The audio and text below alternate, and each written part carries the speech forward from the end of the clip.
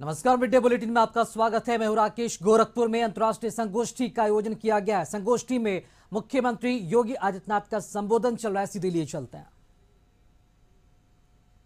अवसर पर इतनी बड़ी संगोष्ठी,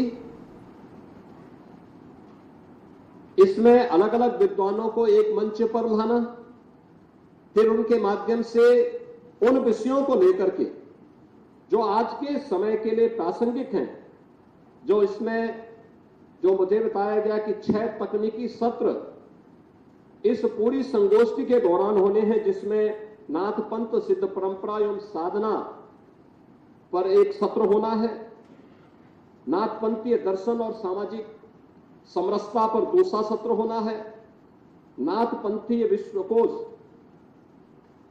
दुनिया के अंदर, देश के अंदर अलग अलग क्षेत्रों में कहां कहां पर, जैसे अभी प्रोफेसर श्री प्रकाश मणि त्रिपाठी जी कह रहे थे, वे मध्य प्रदेश में इंदिरा गांधी राष्ट्रीय जनजाति विश्वविद्यालय के कुलपति के रूप में उन्हें अमरकंटक में पिछले कुछ समय से कार्य करने, वहां रहने का अवसर प्राप्त हुआ।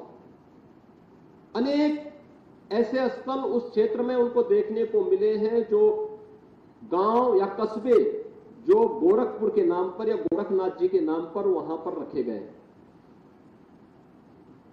ऐसे ही आप देश के अंदर अलग अलग स्थानों पर जाएंगे। अभी पिछले दिनों मुझे अयोध्या में कन्याकुमारी, यहां से आपके रामेश्वरम से आए हुए एक संत के कार्यक्रम में जाने का अवसर प्राप्त हुआ। उन लोगों ने अयोध्या में एक मंदिर का निर्माण कराया था, उसमें मुझे बुलाया था, मैं गया था।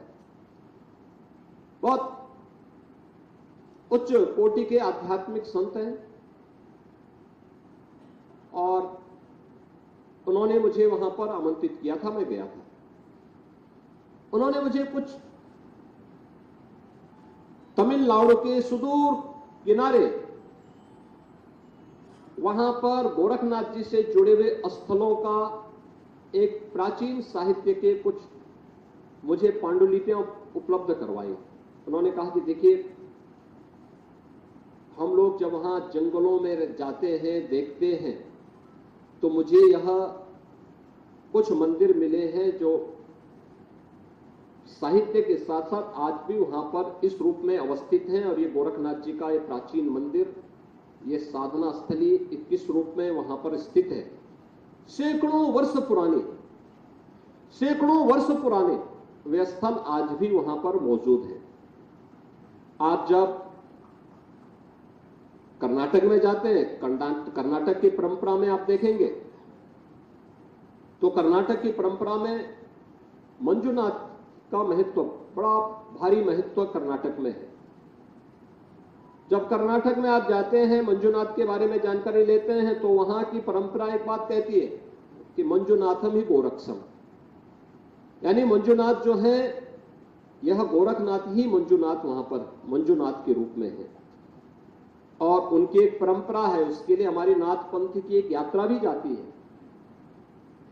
अगर आप महाराष्ट्र की परंपरा में आते हैं, पूरी वारकरी संप्रदाय जो संत ज्ञानेश्वर से चलती है, अपने ज्ञानेश्वरी में संत ज्ञानेश्वर भी इस बात का उल्लेख करते हैं। मात्र 16 वर्ष की उम्र में उन्होंने गीता पे एक टिप्पणी लिखी थी, टीका लिखी थी, और उस टीका में उन्होंने उल्लेख किया कि ये ज्ञान उन्हें कहां से प्राप्त हुआ। तो उनके द्वारा इस बात का उल्लेख किया जाता है कि मैंने ये ज्ञान मत्स्येंद्र नाथ से गोरखनाथ, गोरखनाथ से फिर निपृतनाथ, निपृतनाथ से कि जो एक परंपरा है, वहीं से ज्ञानेश्वर को ये ज्ञान प्राप्त होता है। और 21 वर्ष की उम्र में उस संत ने अपनी टीका लिखने के बाद संजीव समाधि ले ली थी।